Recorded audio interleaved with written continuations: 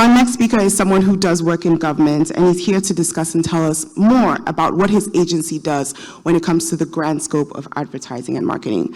Ladies and gentlemen, please help me welcome the Honorable Kojo Okpong Nkrumah, the Minister of Information for Ghana, and I'd ask that we please put our hands together as we welcome him to the stage. Thank you. Hi, good morning, and how are we doing? Thank you for the opportunity to be with you this morning for the next about maybe 15, 20 minutes to share a few thoughts. Bolanle says, I'm here to tell you about what my agency does. My agency is the Ministry of Information of the Republic of Ghana. And we're set up within government to be responsible for first helping government communicate properly within itself, and then with its various stakeholders and publics.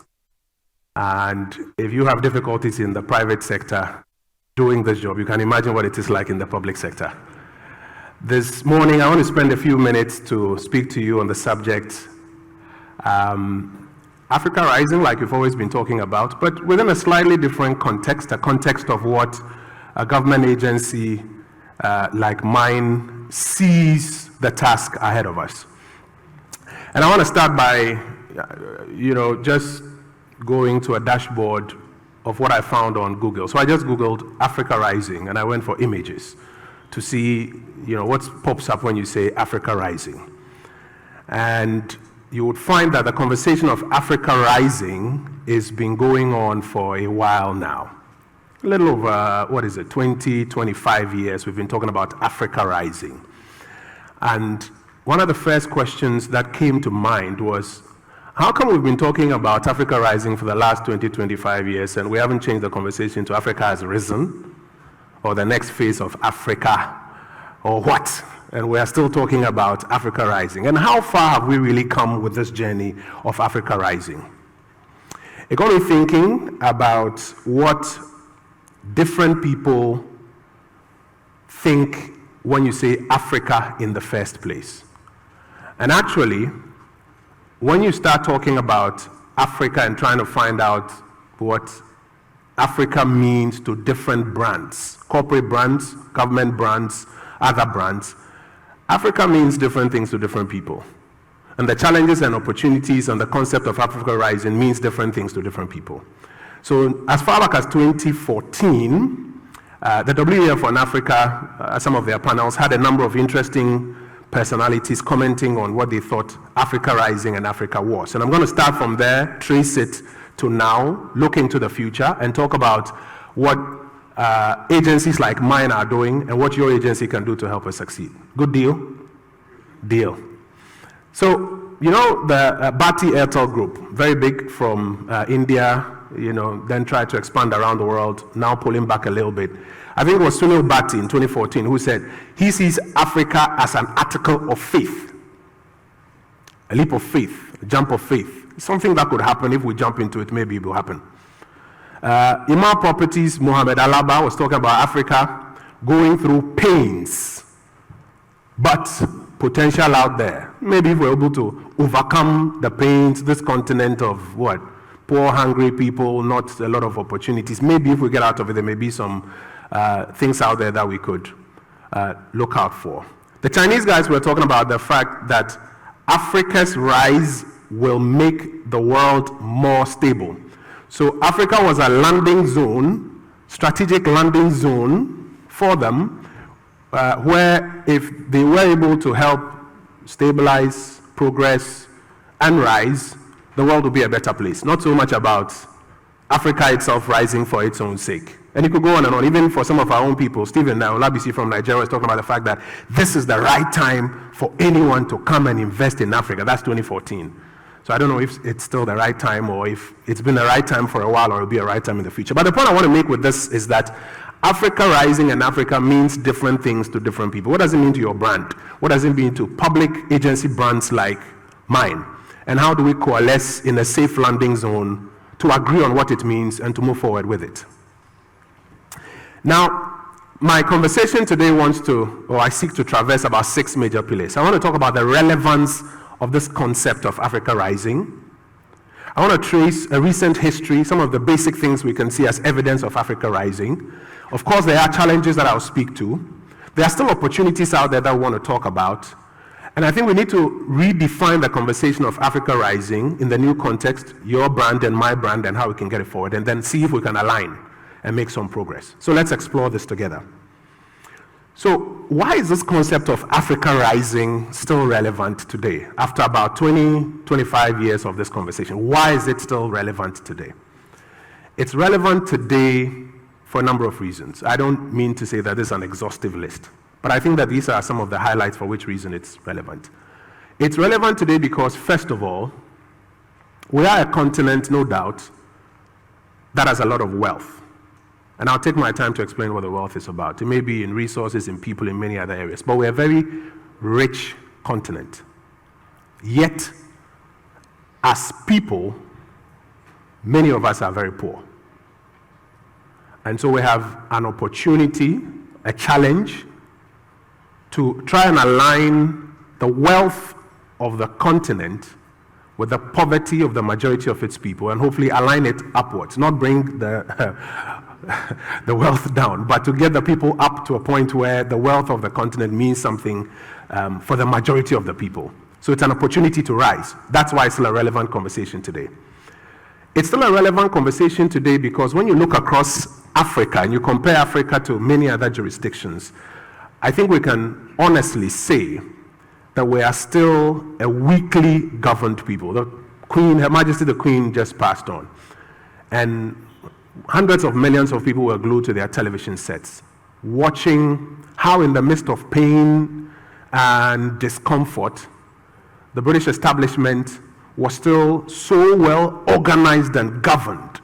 And they knew who would take the first step after who, and what will happen after that, and what this means. And they were carrying all of us along. Of course, that's the empire, hundreds of years of, governing and organization. But in many other parts of the world and in Africa, you will find that governance has not necessarily been spick and span as we would want it.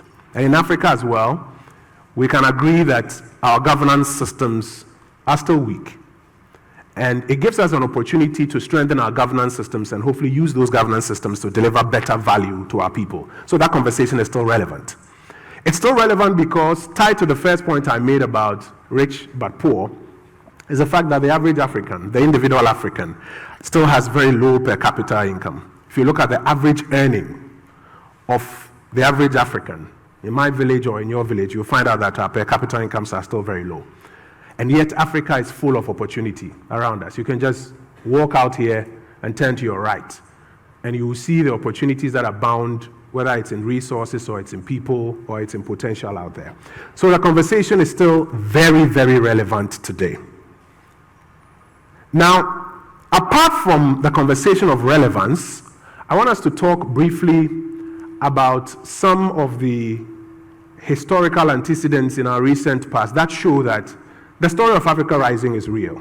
First of all, in the last 20, 25 years, while we've been talking about Africa rising, you'll notice that one of the things that we need to deal with, democracy, governance, has been gaining dividends in many parts of Africa. A lot of African countries went into a democratic space, elections upon elections, changing government, and beginning to deliver some dividends from democracy.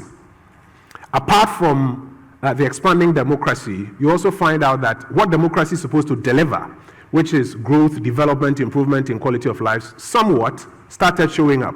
So you would notice that if you look at the raw data and expansion in GDP growth, country by country, in maybe the last 2 decades, sometimes it goes up and comes down, but generally, if you look at the trend, we're beginning to see some more increased GDP growth across Africa. Africa's infrastructure today is not where we all want it to be, but no doubt, in the last decade or two, we can agree that there's been an improvement in Africa's infrastructure. And then in terms of quality of life, again, we are not where we want to be, but if you look at the human quality indicators across Africa, you would notice that there's been a mild improvement in the last 2 decades. So Africa rising has been a reality. If you had graphs, you would say where we ought to be, we are not, but it's also not where it used to be. It's gone up. Nonetheless, there are challenges, and I want to highlight just about 4 or 5 of those challenges. What appeared to be gains initially, improving governance, democracy, now appears to be weakening. There was Guinea, then there was Mali, then there was Burkina 1, and 3 or 4 days ago there was Burkina 2. If you are not paying attention, you may think all is cozy, but democracy across Africa in some areas appears to be going down the curve. We are weakening in terms of democracy. So is Africa still rising? Take the private sector. Many of you represent brands, and you work for brands. And look at the growth that your client brands were experiencing, and your brand itself was experiencing. And compare maybe the last 2-3 years. Are you seeing an explosion in the private sector? Is Africa still rising in that area? There are challenges there. There are growing insecurities in parts of Africa. Again, now if you look at what Niger, Mali, Burkina Faso, the Gulf of Guinea, between terrorism and pirates, there's growing insecurity. Is Africa still rising? The economic hardships, the global economic challenges are biting in many African countries. So people's purchasing power is going down. What it means is that the brands that you work for are seeing dwindling demand for their products and services, and by extension, it's affecting your brand, I imagine. Is Africa still rising in the midst of that? And then I think one of the most important things, there's increasing cynicism. Increasing cynicism between the various actors in Africa. Yet in the midst of this, there are a lot of opportunities. And let me highlight just a few of these opportunities. You see, there's a challenge of a global food crisis currently. Here we talk about Russia, Ukraine, and wheat and everything else, and cost of living going up, and availability of food security challenges all over the world. But it's actually a brilliant opportunity for Africa and African food-related brands to now fill the gap that is showing up in many parts of the world. Africa has 17% of the global population. Depending on how you look at that, that's a huge consumer market happening or waiting to happen if we get the dynamics right. Income levels, people's preference and taste right. That's a huge market. That 17% has within it 60% of that population being younger than 25 years. So that's a very youthful, burgeoning population that can be a good producer market for many parts of the world. And talking of producer markets, Africa appears to be the next opportunity for the global industrialization drive. How many more factories can we create in Europe? So Africa is still a big place for the next global industrialization drive. 30% of the world's mineral deposits are here. Lithium and all of those that are being used to produce these smart devices, phones, etc. 30% of the world's mineral deposits are here. That's a huge opportunity. And then one of my favorites is that we have a huge diaspora that is hungry to connect. Millions of Africans and people of African descent around the world looking for tourism, homecoming, entertainment, and other opportunities, and to connect to the motherland. The recent Global Citizen Festival, never mind all the other things that happened on the side, but it's a huge example of how the world and the diaspora want to come to Africa and to connect. These are opportunities for Africa rising. And I want to connect these pieces. So there are challenges, there are opportunities, there is the historical evidence of how Africa has been rising, but I think that Africa rising needs to be redefined, especially on the back of the recent challenges that we've had, as I have discussed, on the back of, COVID, Russia, Ukraine, on the back of all of these ones, Africa rising, this conversation of 25 years needs to be redefined. And I think it needs to be redefined to mean about 4 things. Number one, and in no particular order, number one, I think that the first thing that Africa Rising needs to do is to deliver an improved quality of life for Africans. What is the use of Africa Rising if it doesn't translate into an improved quality of life for the 1 billion plus people in Africa? So what, Africa will rise and a few individuals and companies and brands will profit and the people will remain. Africa Rising must lead to an improved quality of life for the people of Africa. And I think that the first part of this conversation of Africa Rising and the purpose of brands is to see how we translate these challenges and opportunities into an improved quality of life for our people. I think another thing it should mean is, more specifically, Africa Rising should translate into an educated, healthy, safe, non-poor group of people.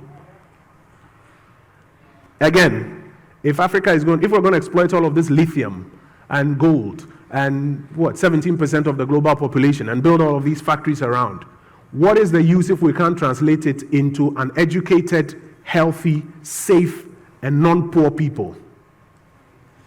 A third redefinition of Africa Rising, in my view, must mean that there must be a flourishing private sector in Africa led by people who have Africa at heart.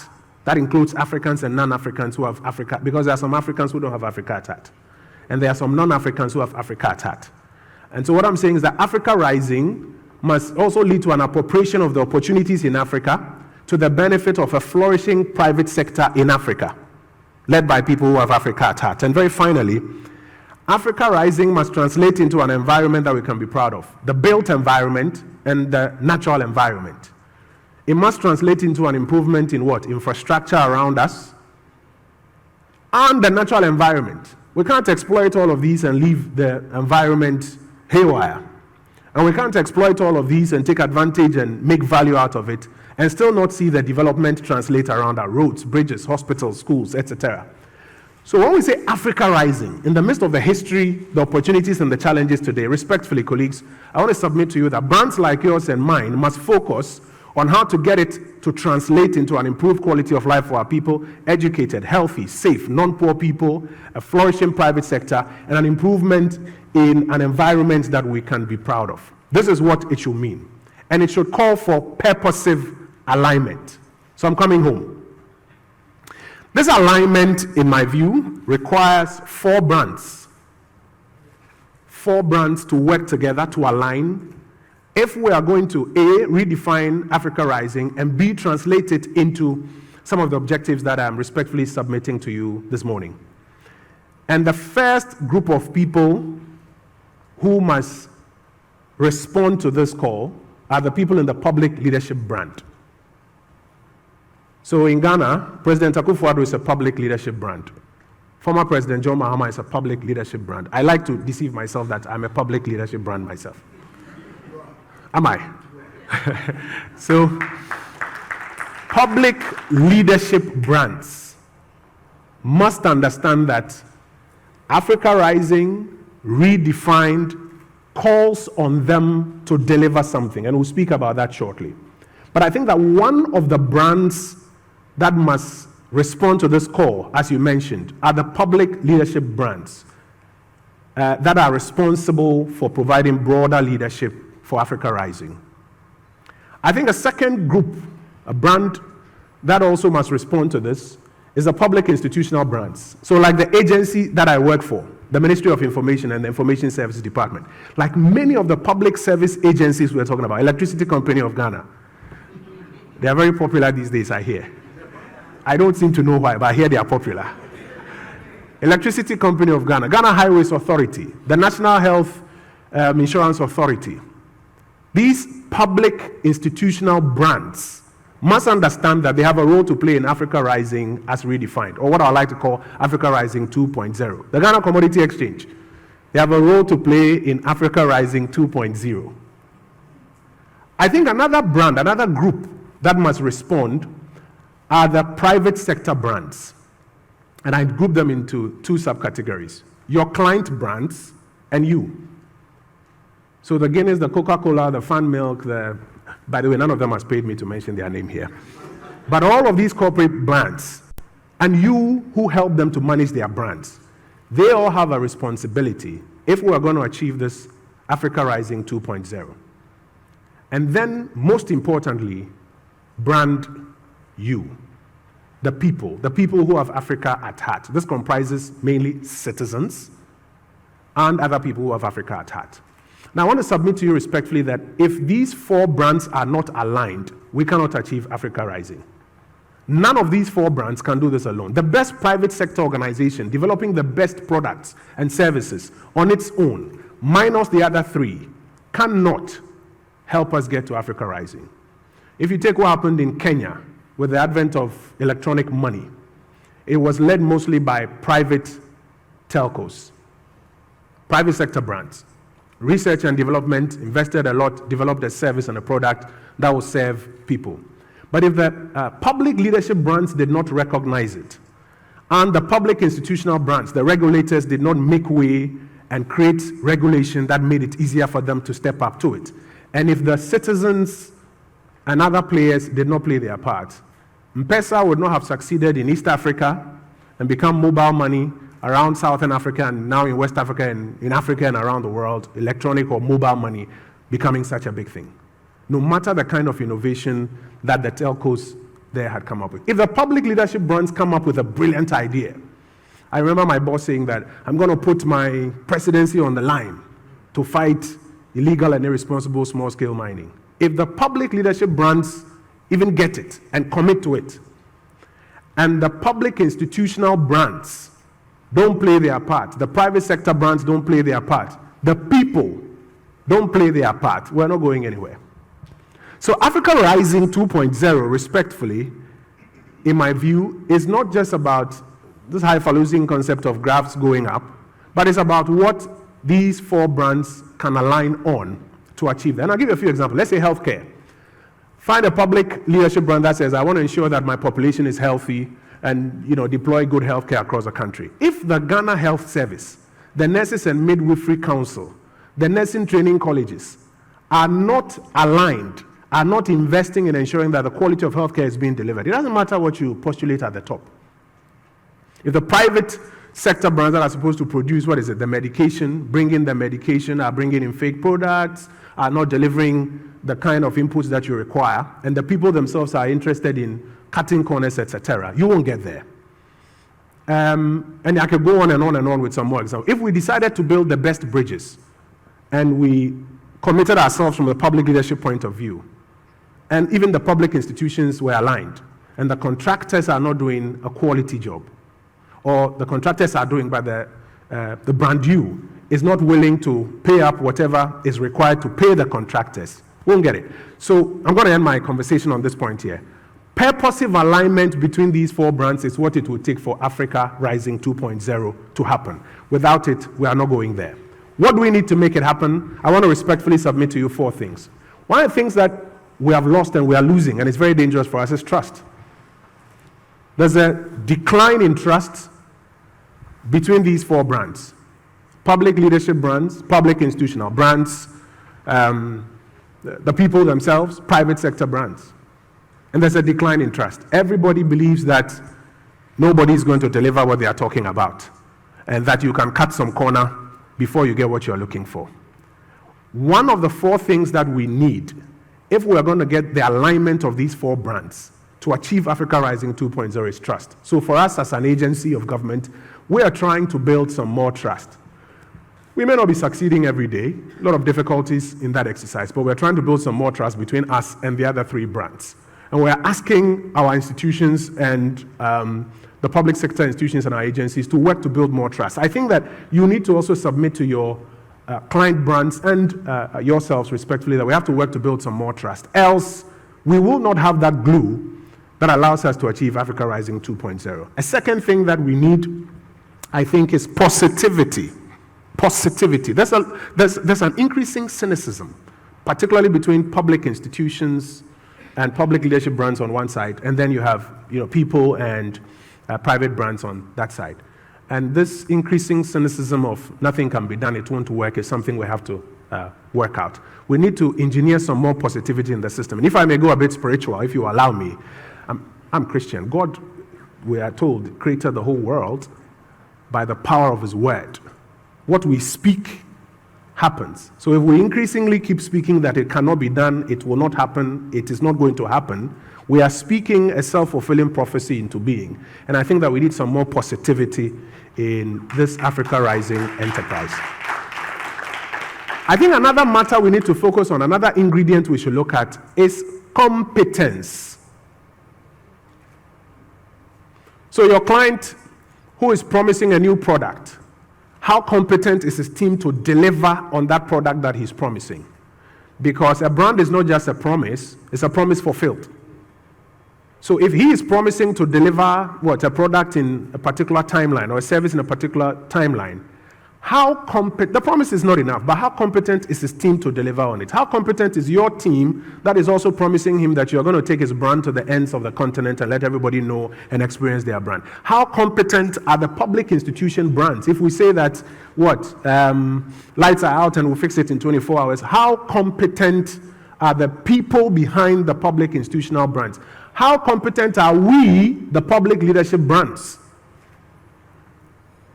And if Africa is going to rise 2.0 in accordance with the new pillars I am respectfully submitting to you, I think competence is something we should pay some more attention to across board, from the top way down to the bottom. And I think finally we need some more grit, some more resilience. The fact that we tried today and didn't get the full results, and we tried today and maybe we failed, does not mean that tomorrow we oughtn't try. Apple is doing great today, but what was it? Steve Jobs was fired, was he not? Then he went to do Next. And then they later came to buy him in. If he had stopped somewhere down the line, we won't be having all of these iPhones that I see on your tables this evening or this afternoon. So we need some more resilience and grit. In Africa, sometimes it's a crime to fail. We criminalize failure.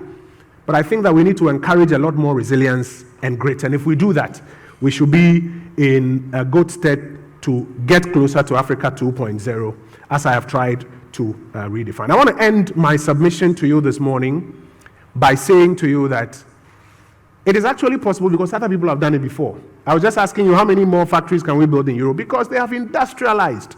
The Asians did it quite recently. If the Europeans and the Asians and the Americans have been able to do it, we can. Especially with all the opportunities at our disposal. But it will only take the collective alignment of public leadership brands, public institutional brands, private sector brands like you and your clients, and the people. And I think we need to work towards that alignment so that we get there. Thank you for the opportunity to do it here this morning.